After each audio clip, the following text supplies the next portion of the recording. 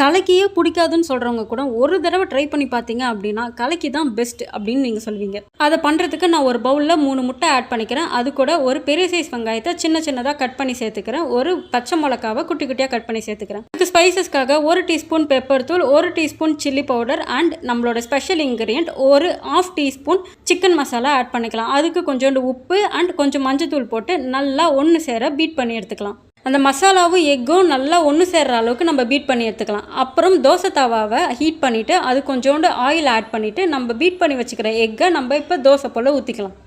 இப்போ அந்த ஓரங்கள்லாம் லேசாக வேக ஆரம்பிக்கும் போதே நம்ம முட்டையை இந்த மாதிரி ஃபோல்ட் பண்ண ஆரம்பிச்சுக்கணும். நம்ம ஃபோல்ட் பண்ணுறது உள்வாட்டமாக நம்ம திருப்பி மடித்து விட்டோம் அப்படின்னா நமக்கு சூப்பரான கலக்கி ரெடி ஆகிடும். இதோட முக்கியமான விஷயமே நம்ம அதை எப்படி ஃபோல்ட் பண்ணுறோன்றது தான். ரோட் சைட் கடையில் பார்த்தீங்கன்னா உங்களுக்கு கறி குழம்பு ஆட் பண்ணுவாங்க. நம்ம அதுக்கு பதில் சிக்கன் மசாலா ஆட் பண்ணிக்கலாம். நீங்களும் ட்ரை பண்ணி பார்த்துட்டு சொல்லுங்கள்.